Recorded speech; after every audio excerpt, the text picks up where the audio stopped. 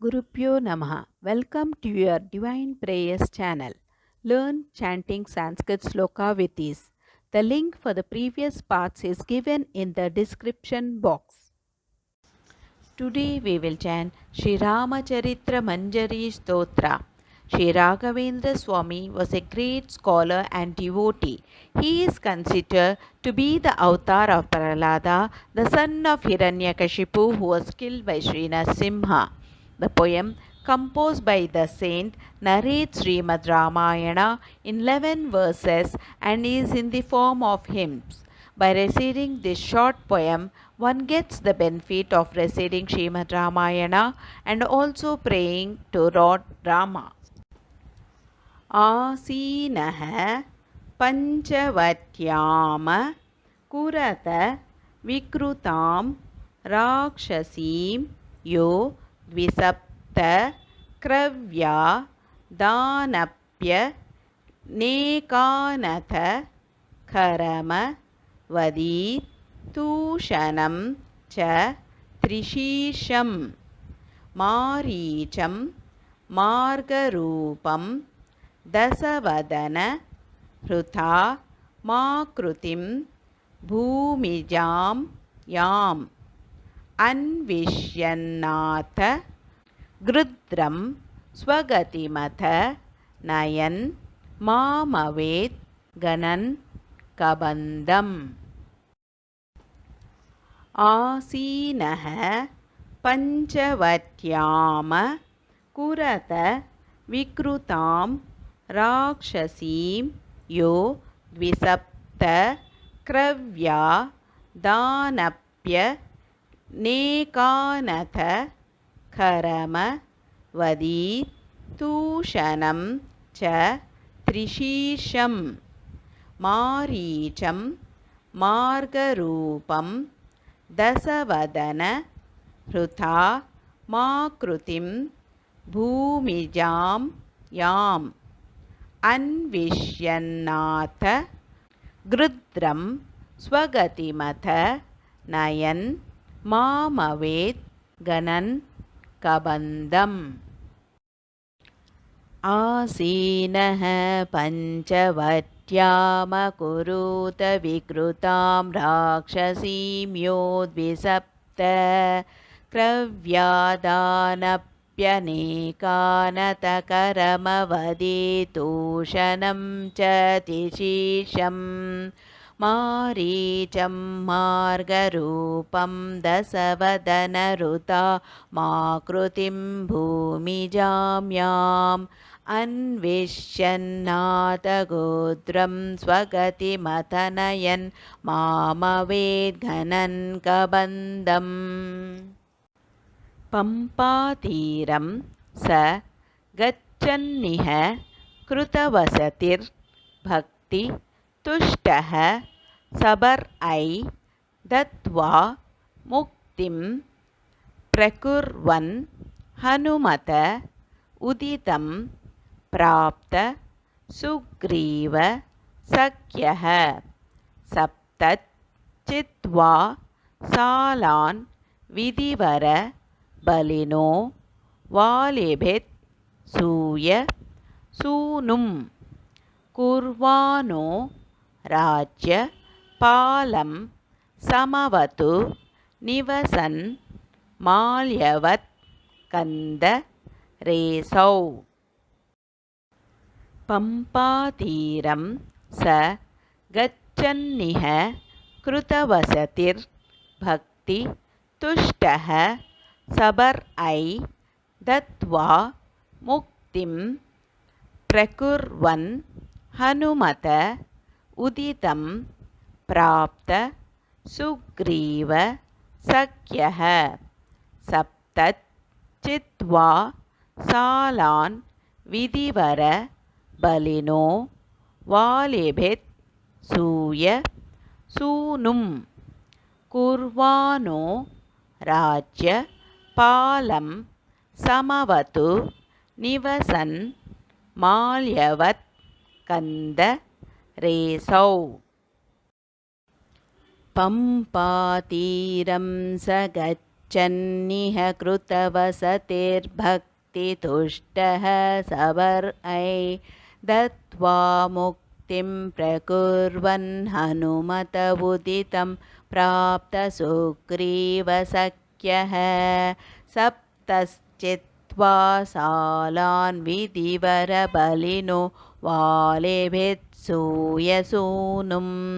कुर्वाणो राज्यपालं समवतु निवसन् माल्यवत्कन्दरेऽसौ नीत्वा मासान् कपीशानिह दश हरितः प्रेष्य सीतां विचित्या यातश्री मद्धनु मद्गिरमथ समनु श्रुत्य गच्छन् कपीन्द्रैः सुग्रीवाद्यैर साङ्ख्यैर्दशमुख सहजं मानयन्नब्धि वाचा दैत्यज्ञः सेतुकारी रिपुपुर रूद वेद्वानैर्वैरिघाती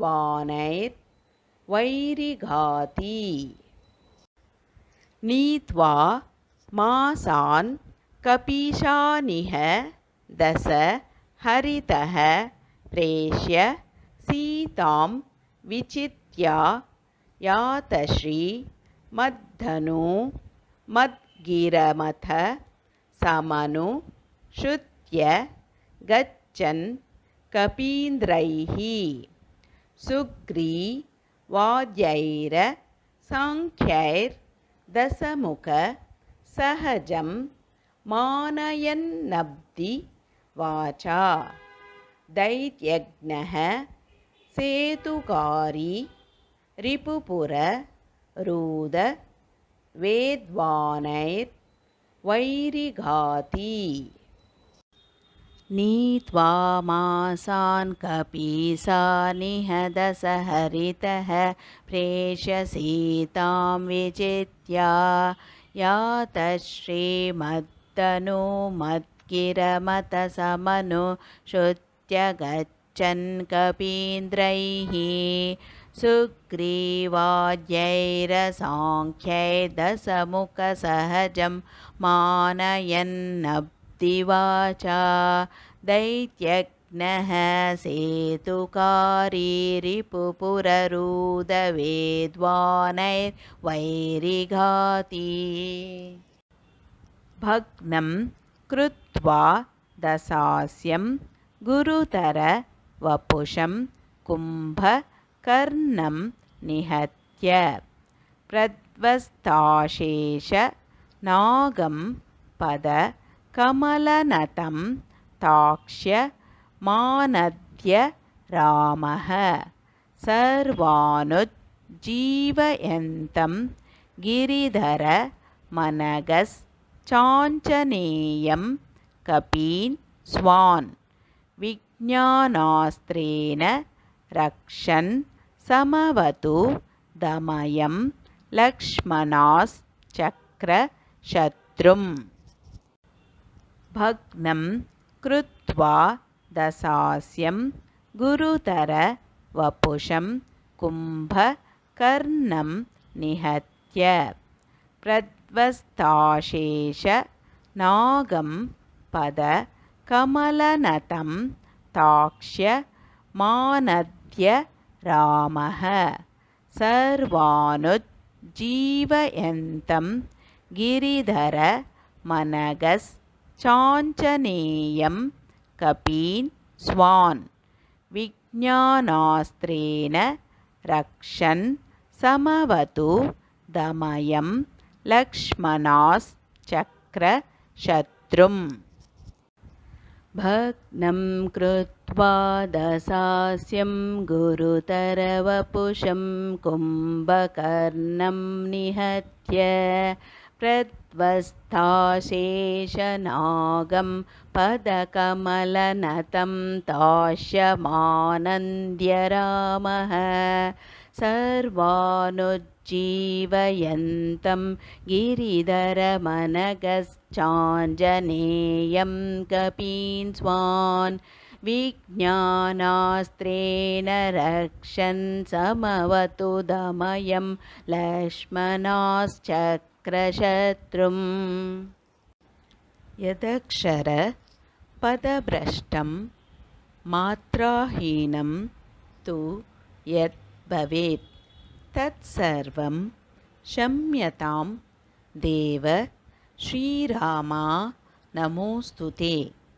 विसर्गबिन्दु मात्राणि पदपादाक्षराणि च न्यूनानि चातिरिक्तानि क्षमस्व श्रीरामा अन्यथा शरणं नास्ति त्वमेव शरणं मम तस्मात् कारुण्यभावेन रक्ष रक्ष श्रीरामा।